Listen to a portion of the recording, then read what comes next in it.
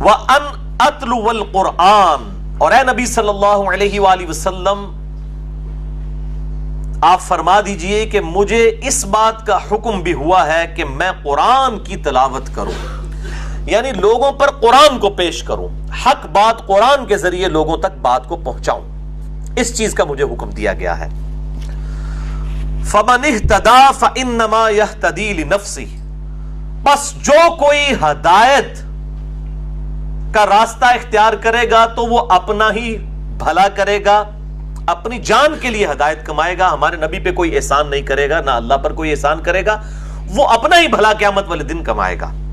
وَمَن ضَلَّ، اور جو کوئی گمراہ ہو جائے گا، جان بوجھ کر حق سے عناد کرے گا، حق قبول نہیں کرے گا، فَقُلْ إِنَّمَا أَنَا مِنَ الْمُنذِرِينَ، تو اے محبوب صلی اللہ علیہ وآلہ وسلم آپ فرما دیجئے کہ میں تو نہیں ہوں مگر صرف ڈر سنانے والا، میرا کام تھا پہنچا دینا، وَمَا عَلَيْنَا إِلَّا الْبَلَاغُ، زبردستی حق گھول کے پلانا میری ذمہ داری نہیں ہے، تلوار کی زور پہ حق بات منوانا میری ذمہ داری نہیں ہے، میرا کام تھا کہ میں بتا دوں کہ یہ حق ہے، یہ باطل ہے، بچ جاؤ، قیامت کے دن اللہ کے حضور پیشی ہونی ہے، اور اگر اعمال اچھے ہوں گے، عقیدہ درست ہوگا تو اللہ کے حضور کامیابی ہے، اور اگر وقت کے پیغمبر کی بات نہ مانی اور اللہ کی نافرمانیاں نہ چھوڑی تو قیامت والے دن والعیاذ باللہ تعالی جہنم جو ہے مقدر ہوگی۔ اللہم اجرنا من النار، اللہم اجرنا من النار، اللہم اجرنا من النار، آمین۔ ربنا لا تزغ قلوبنا بعد اذ هديتنا وهب لنا من لدنك رحمة انك انت الوهاب۔ اللهم من احييته منا فاحيه على الاسلام ومن توفيته منا فتوفه على الايمان، آمین۔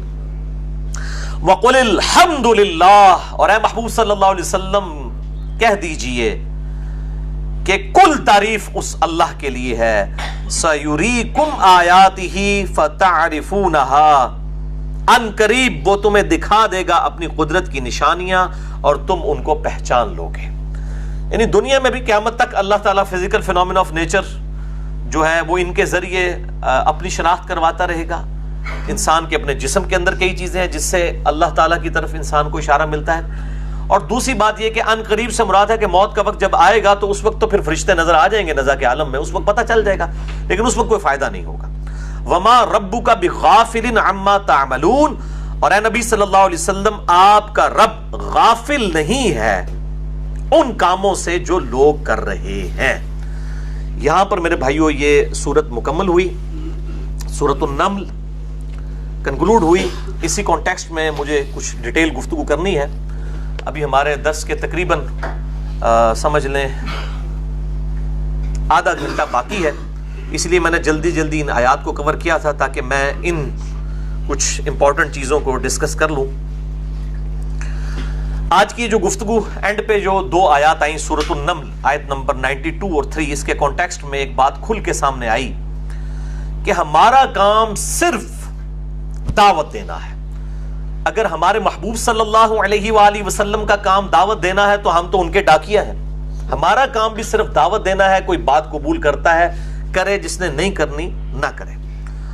بلکہ اللہ تعالیٰ نے اپنے بارے میں یہ بات ارشاد فرما دی ہے، سورۃ الدہر آیت نمبر 3، اعوذ باللہ من الشیطان الرجیم، انا ہدیناہ السبیل اما شاکرا و اما کفورا، بے شک ہم نے ہدایت کا راستہ دکھا دیا ہے، اب تمہاری مرضی ہے چاہے حق قبول کرو یا نہ کرو۔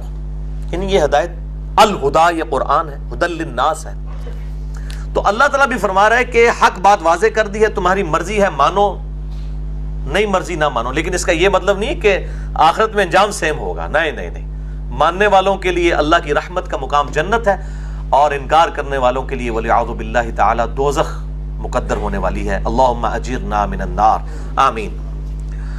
اور آپ حیران ہوں گے کہ اللہ تعالیٰ ہمارے ہم نے حق بات کھول کے بیان کر دی، جس کی مرضی قبول کرے، جس کی مرضی قبول نہ کرے، اور اللہ تعالیٰ اپنی اس حق بات کے بارے میں ایکسپرٹ اوپینین خود ہی دے رہا ہے کہ اللہ تعالیٰ فرما رہے کہ میں نے بھی جو حق بات لوگوں سے بیان کی ہے نا، تو اکثر لوگوں نے حق قبول نہیں کیا۔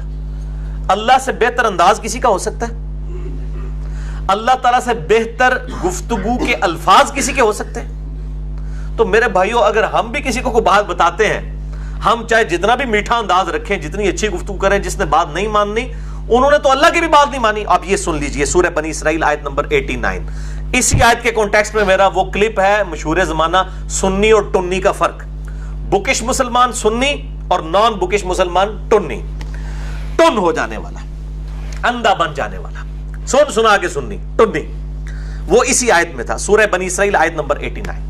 وَلَقَدْ صَرَّفْنَا لِلنَّاسِ فِي هَذَا الْقُرْآنِ, اور بے شک ہم نے اس قرآن میں کئی مثالیں بیان فرمائی, پھیر پھیر کے لوگوں کو حق بات سمجھائی مختلف انداز کے اندر.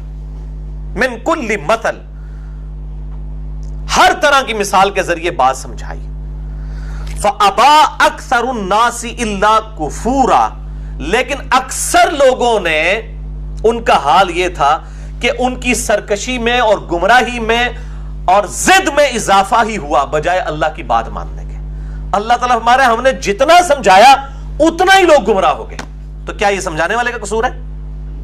اور اللہ تعالیٰ ہمارے اکثر گمراہ ہوئے. یہاں لوگ کہتے ہیں ہماری اکثریت ہے, اور میرے بھائیوں پاکستان میں بریلوی اکثریت میں ہے, تو کیا پھر بریلویت حق ہے؟ دیوبند کی اکثریت بنگلہ دیش میں ہے, تو کیا پھر دیوبندیت حق ہے؟ اہل تشیع کی اکثریت ایران میں ہے, کیا پھر وہ حق پر ہے؟ اہل حدیث کی اکثریت سعودیہ میں ہے, تو کیا پھر وہ حق پر ہے؟ یہ تو ساری جذباتی باتیں, علمی باتیں تو نہیں. قرآن تو کہتا ہے کہ اکثریت ہے ہی گمراہ ہے. یہ تو شرم کرنی چاہیے جو کہتا ہے نا ہم اکثر ہیں, تو قرآن کہتا ہے تو ان کو شرم کرنی چاہیے, کہتے ہیں ان کو کہنا چاہیے ہم بڑے تھوڑے ہیں. تب یہ چانس ہے کہ وہ اپنی ہدایت میں ہونا ثبوت کریں, ثابت کریں. تو نہ تھوڑا ہونا نہ اکثر ہونا, اصل چیز ہے علم کے اوپر دلیل ہونی چاہیے. ورنہ کل کو قادیانی دجال کے ماننے والے کہیں گے ہم سب سے تھوڑے ہیں اس لیے ہم حق پر ہیں. یہ بات نہیں ہے. علمی اپروچ ہونی چاہیے, جذباتی اپروچ نہیں ہونی چاہیے.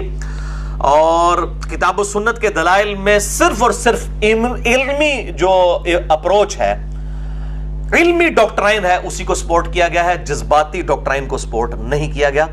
اب یہ الگ سے ایک ٹاپک ہے, میں اس پہ گھنٹوں بول سکتا ہوں فی البدی, لیکن میں نے ایک بڑا جذباتی لیکچر, علمی لیکچر جذباتی انداز میں, جذباتی لیکچر نہیں علمی لیکچر جذباتی انداز میں ریکارڈ کروا دیا ہے. سورہ طٰہٰ کی جب آیت نمبر 114 آئی تھی, وَقُلْ رَبِّ زِدْنِي عِلْمًا, اور اے محبوب صلی اللہ علیہ وآلہ وسلم آپ اللہ کے حضور دعا کیا کریں کہ اے اللہ میرے علم میں اضافہ فرما دے. اس آیت کے کانٹیکسٹ میں